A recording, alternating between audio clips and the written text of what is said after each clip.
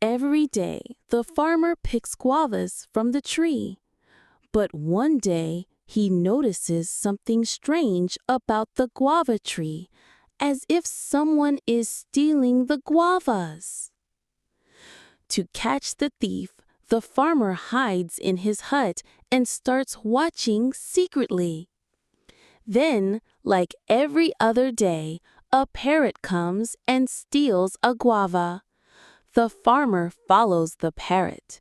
The parrot flies back to her home and places the guava inside her small hut. The farmer realizes that the parrot is going to become a mother. That's why she is collecting food for her babies. One day, it starts raining very heavily.